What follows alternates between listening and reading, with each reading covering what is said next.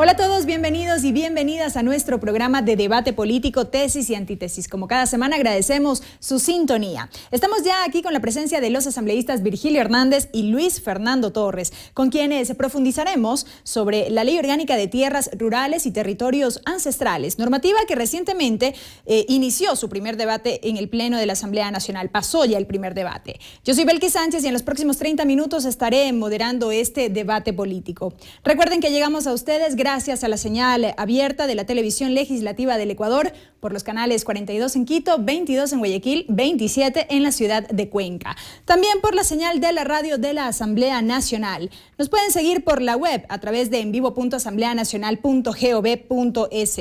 Agradecemos por la reproducción de tesis y antítesis a la red de canales comunitarios regionales del Ecuador asociados, SECREA, y al portal de noticias ecuadorenvivo.com. Aquí iniciamos. Y alrededor de 50 intervenciones se registraron durante el primer debate de la Ley de Tierras. Para entrar en el tema, vamos a revisar un reportaje con el resumen de la jornada de discusiones en el Pleno de la Asamblea Nacional. En 2 jornadas se llevó a cabo la sesión 311 del primer debate de la Ley Orgánica de Tierras Rurales y Territorios Ancestrales, una normativa cuyo tratamiento por la Asamblea Nacional inició el 13 de marzo de 2012. La propuesta en debate compila 5 proyectos de ley, uno trabajado por la Comisión de Soberanía Alimentaria en el 2012, otro presentado por el ex asambleísta Fernando Cáceres, un tercero elaborado por el ex asambleísta Marco Murillo, un cuarto presentado por Iniciativa Ciudadana a través de la Coordinadora Nacional Campesina y la FENOCIN, y el quinto elaborado por los ex asambleístas del MPD Ramiro Terán, María Molina, Jorge Escala, Linder Altafulla y Francisco Ulloa.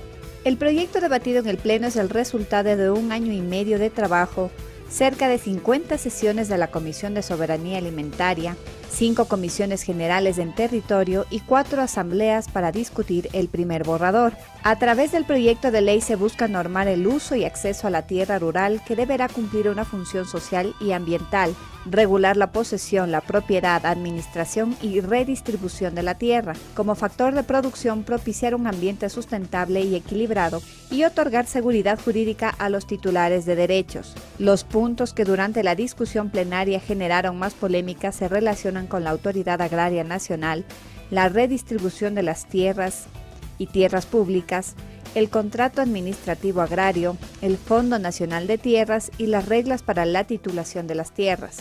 La Comisión de Soberanía Alimentaria recomendó al Pleno la realización de la consulta prelegislativa como proceso sustancial de participación ciudadana con las comunas, comunidades, pueblos afroecuatorianos y montubios y nacionalidades indígenas. Y bien, con estos antecedentes iniciamos, lo hacemos con usted, asambleísta Hernández. Usted realizó varias observaciones sobre esta propuesta de ley, especialmente propuso la redistribución de tierras, que esta no solamente sea de tierras públicas.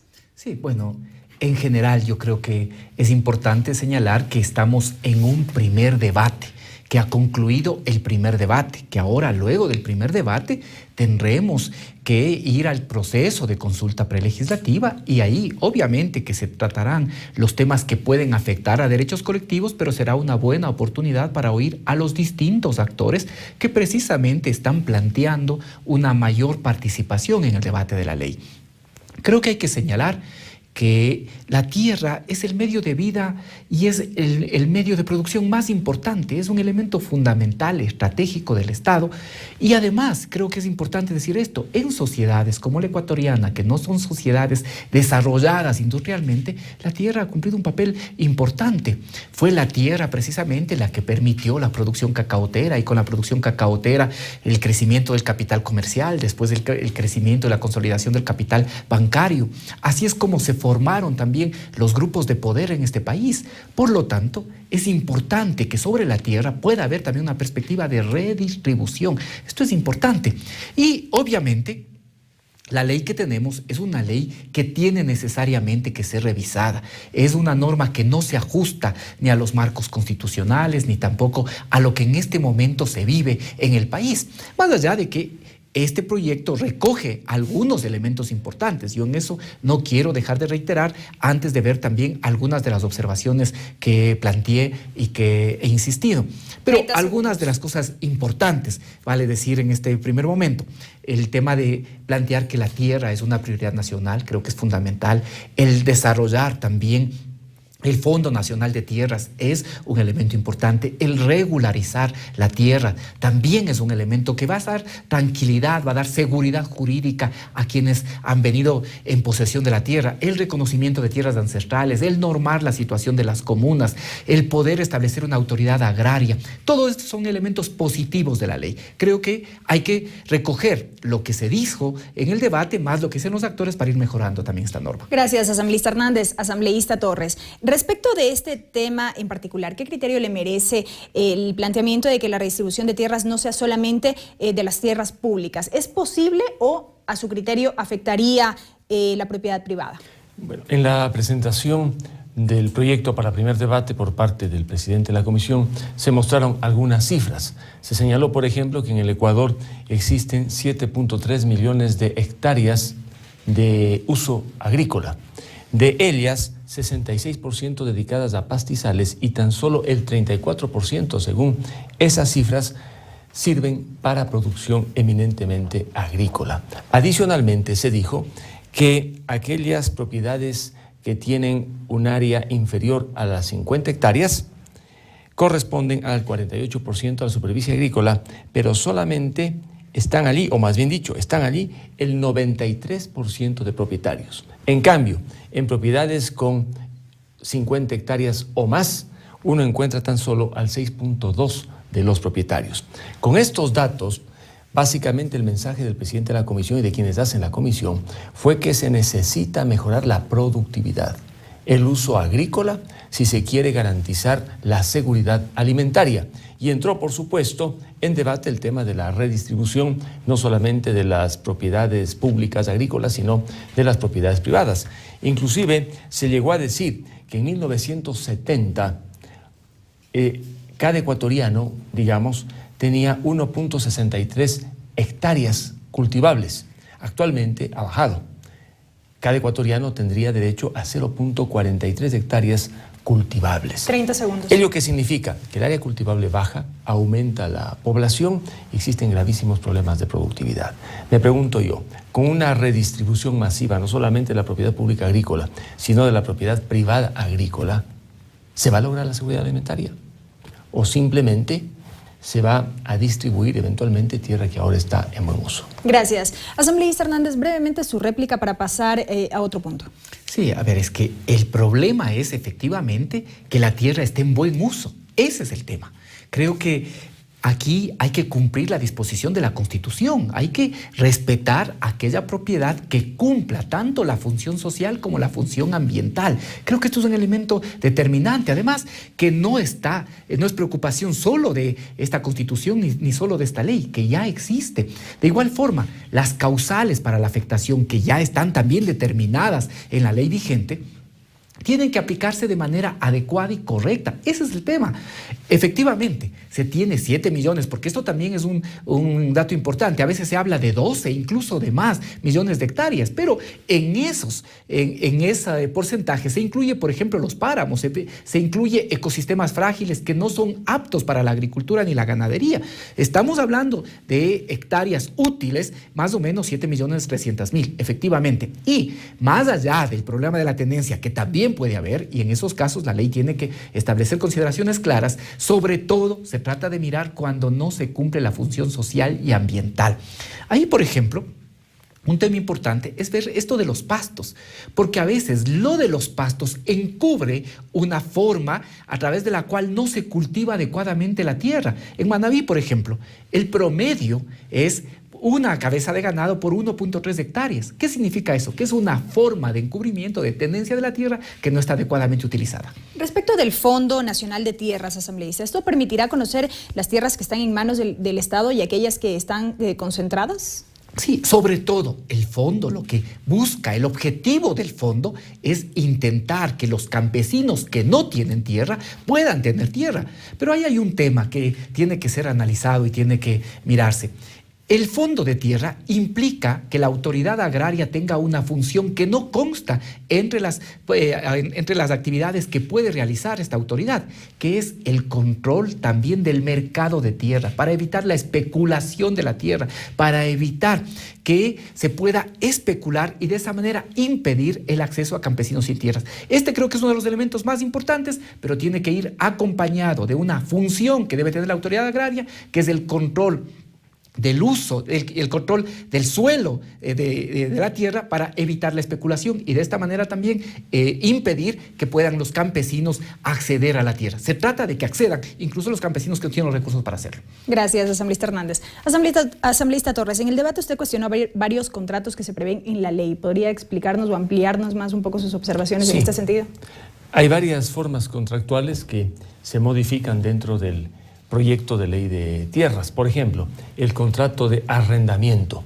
Según el proyecto, el plazo del contrato de arrendamiento de una propiedad rural agrícola deberá estar fijado por el ciclo del cultivo y la productividad. Ya no van libremente a poder fijar el plazo del arrendamiento el dueño del predio con aquella persona que va a arrendar. Y me parece a mí que este es un gravísimo error, porque se está incorporando una especie de causal de nulidad en este tipo de contratos y mayores conflictos. El otro tema que me preocupa es el contrato de permuta o cambio. Se prohíbe expresamente en el proyecto de ley que un campesino, un indígena o un agricultor que tiene su propiedad rural agrícola la pueda canjear por una propiedad que no tenga las mismas condiciones de rural y agrícola. En otras palabras, si alguien vive en el campo, es agricultor, no va a poder canjear esa propiedad con otra propiedad en una zona urbana. Esa prohibición es discriminatoria. ¿Por qué tiene que estar condenado aquel que es dueño de una propiedad agrícola rural a mantener esa propiedad o a canjearla por otra en la zona rural? Debe ser libre. Si él quiere irse a la ciudad, que se vaya. Y el que esté en la ciudad y quiere cambiar esa propiedad, que la cambie. Esta prohibición es discriminatoria, abiertamente inconstitucional y no resuelve ningún problema en el país. El otro tema que preocupa tiene que ver con el contrato de compraventa. 30 segundos. Resulta que aquellos dueños de heredades agrícolas rurales que han recibido esos terrenos por adjudicación del Estado solamente podrán venderlos con autorización del gobierno o del funcionario público. ¿Hasta qué punto esa autorización es imprescindible en los términos en los que consagra el proyecto? Es un interrogante. Bien, asambleísta Torres, asambleísta Hernández. Amigos, nos vamos a una primera pausa. No se vayan. Esto es Tesis y Antítesis. Continuamos analizando lo que tiene que ver con el proyecto de ley de tierras rurales y territorios ancestrales. Volvemos.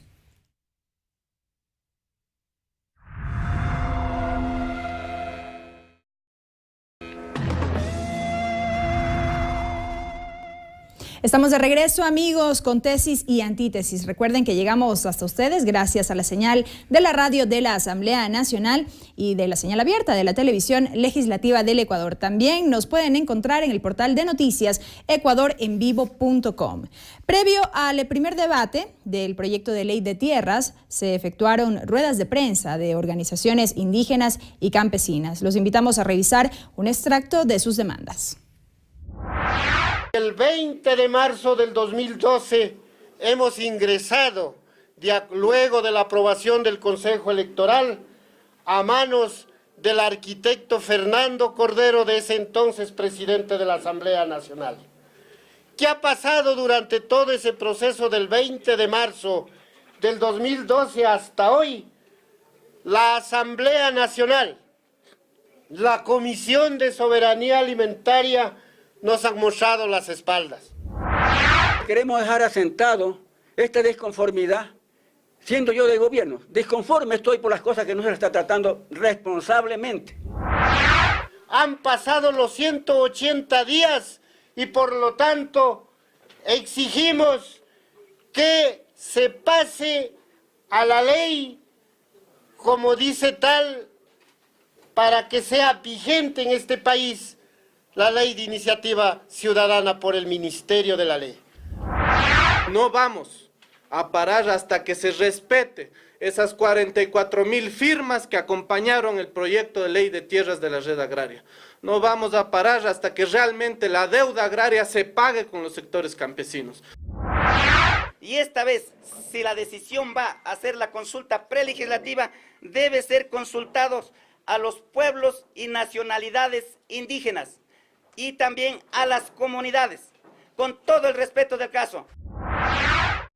Y bien, asambleísta Hernández, la Coordinadora Nacional Campesina reclama que no se acogió a una propuesta de ley que llegó como iniciativa ciudadana con el respaldo de 44.000 firmas el 20 de marzo del 2012. El martes pasado, precisamente, se presentó una acción de protección. ¿Cuáles podrían ser los efectos jurídicos de este recurso interpuesto? A ver, creo que efectivamente hay algunos planteamientos de las organizaciones indígenas, campesinas, incluso acciones legales que lo que pretenden es, yo diría, detener, pero antes que detener, entiendo que el propósito es poder participar más activamente.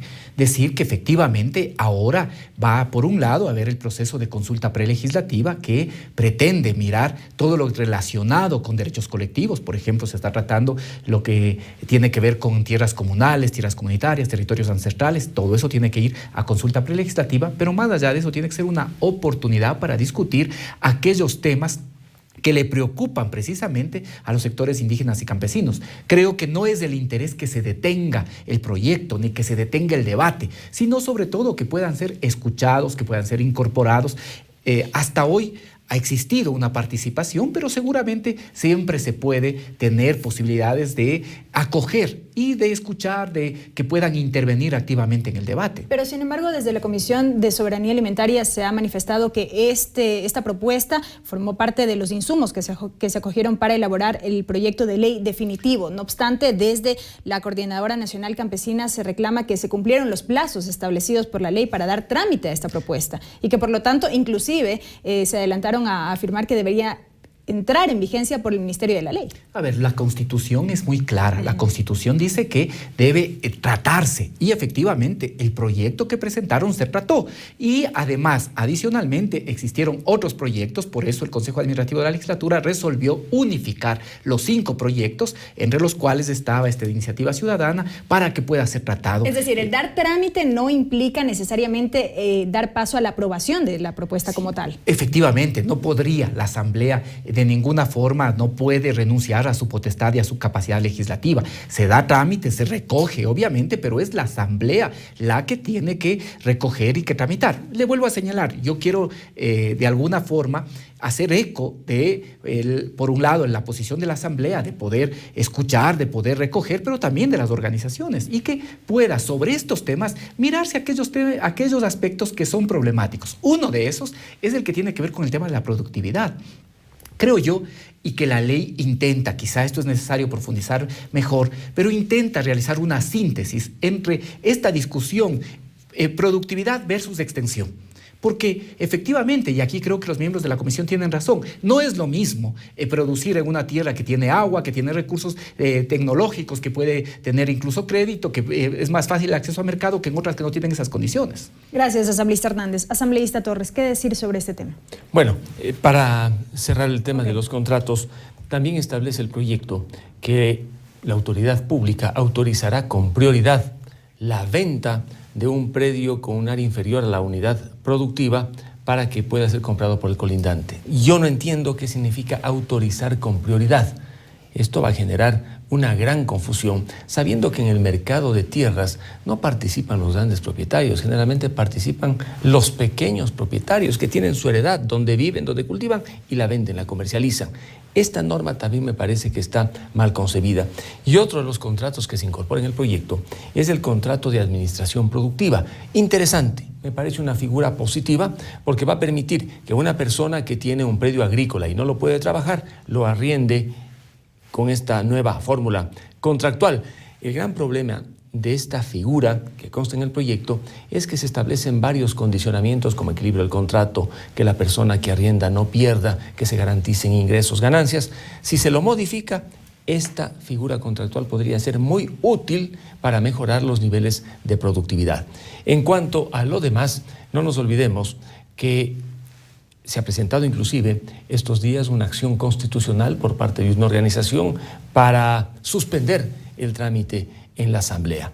No me parece lo correcto. Esta ley tiene que debatirse, tiene que discutirse, debe hacerse la consulta prelegislativa, que tendrá fuerza si se la hace a aquellos que son titulares de derechos colectivos, básicamente las comunidades indígenas. Los campesinos podrán participar en esa consulta, pero lo que digan no tiene fuerza vinculante. Si se pudiera ofrecerle al país una buena ley de tierras, créanme que se le haría una gran contribución al Ecuador, que hoy más que nunca necesita de la soberanía alimentaria, porque el Ecuador no puede convertirse en otra Venezuela.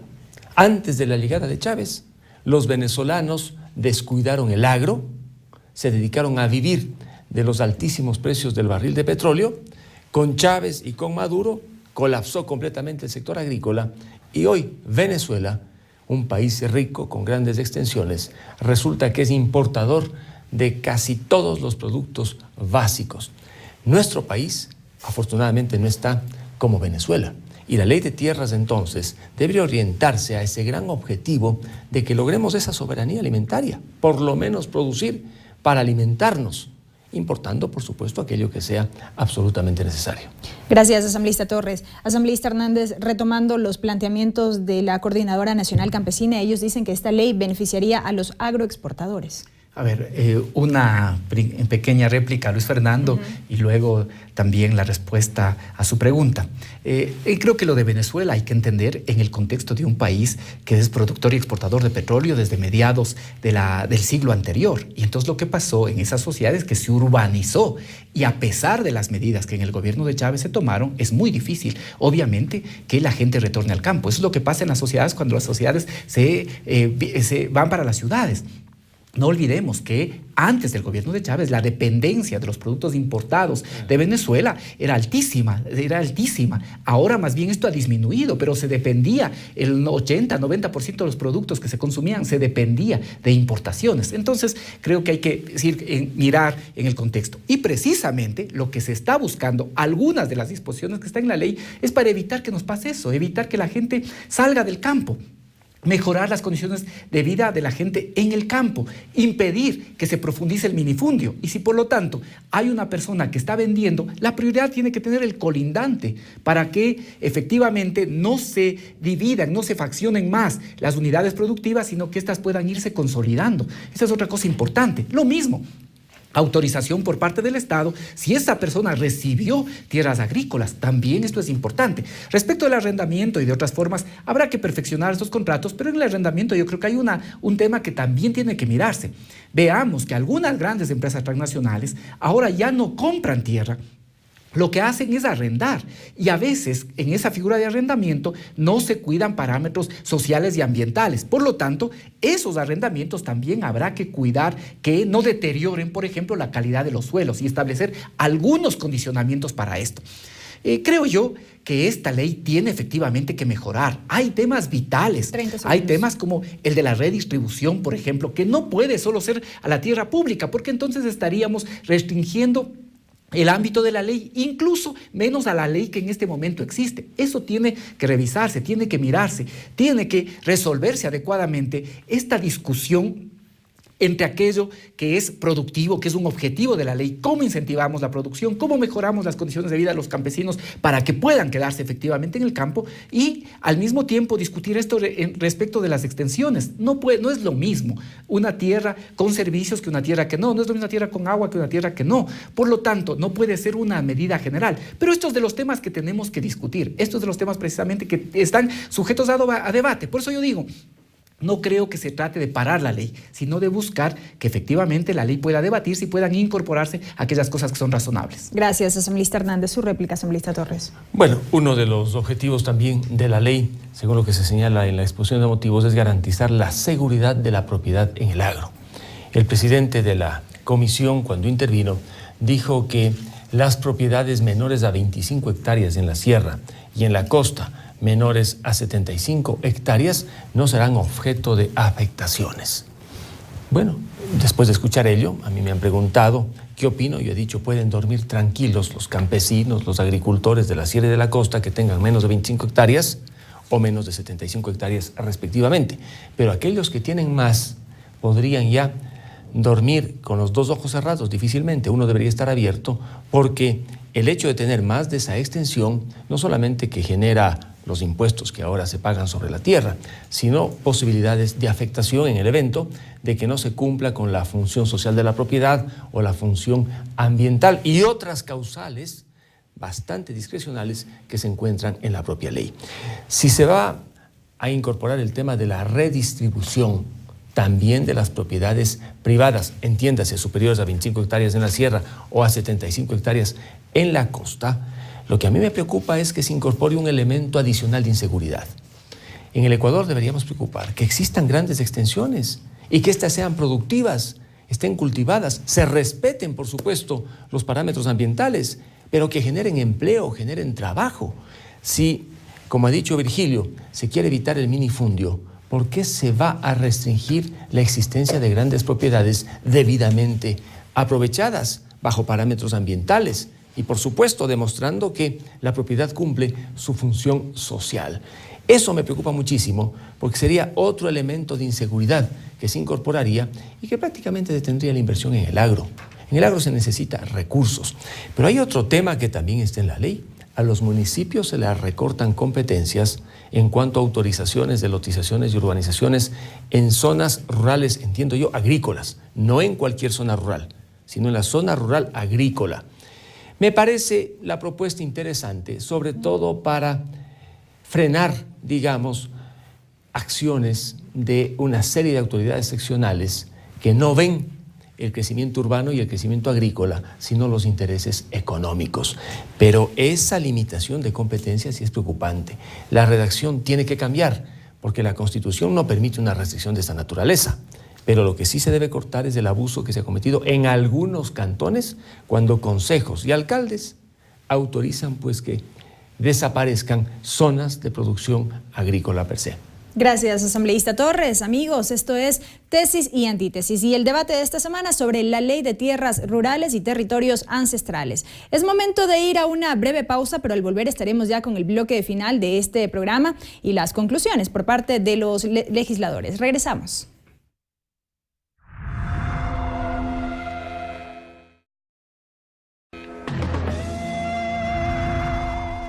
Amigos, estamos de regreso con el último bloque de Tesis y Antítesis. En 3 minutos, cada asambleísta deberá concluir sus ideas. Recuerden que el tema de esta semana es la Ley de Tierras Rurales y Territorios Ancestrales. Asambleísta Hernández, ¿cómo lograr el objetivo que usted señaló durante la discusión en el Pleno? Mayor cantidad de propietarios con acceso al agua, a la tierra y asistencia técnica. Sí, precisamente recogiendo algunas de estas observaciones que se han planteado en el debate.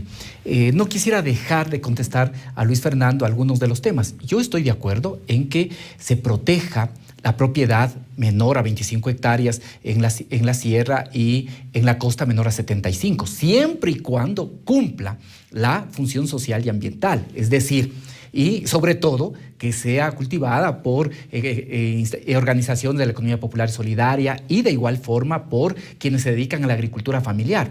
Pero yo pregunto, si hay una empresa que tiene 25, 10, 15 hectáreas y esa empresa, por ejemplo, tenía como actividad el establecer la producción de flores y luego deja, ¿será que se tiene que respetar así tenga terrenos improductivos?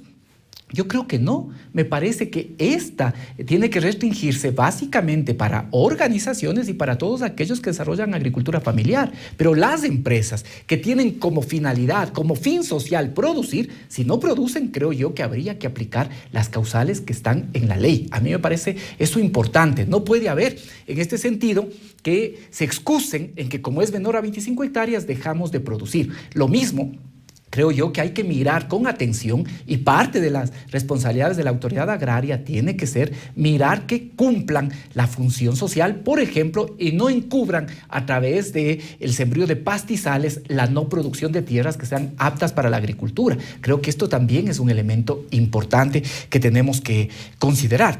De igual forma, hay que compatibilizar con los gobiernos autónomos descentralizados, lo que es la potestad y su capacidad que tienen sobre el uso del suelo, pero hay que también mirar que muchas de las tierras que eran aptas para la agricultura y que prácticamente se convertían en el vivero, en lo que abastecía a las ciudades, se han urbanizado de forma irresponsable y a veces también de forma ilegal e ilegítima. Entonces creo que estas son cosas que deben adecuadamente reglarse. Hay temas que tienen que necesariamente ser discutidos, para eso es este proceso. Menciono algunos. Por ejemplo, hay que debatir si la autoridad agraria es el mismo ministro o si es una secretaría adscrita obviamente al ministerio, pero que pueda actuar con mayor, yo diría más que responsabilidad, sino sobre todo con mayor especificidad. Creo que es un tema que tiene que discutirse. Me parece que es importante que se establezca como funciones de la autoridad agraria, como ya he señalado, el control de la tierra para evitar la especulación y de esta manera hacer posible el acceso de los campesinos e indígenas también a la tierra. Creo que el Consejo Consultivo tiene que ampliarse a todo lo que tenga que ver con el tema agrario. Me parece que ahí está demasiado restringido. Lo mismo lo que tiene que ver con participación ciudadana. Lo de desarrollo agrario debe ser un objetivo en general del conjunto de la ley y no solo de las zonas de desarrollo agrario.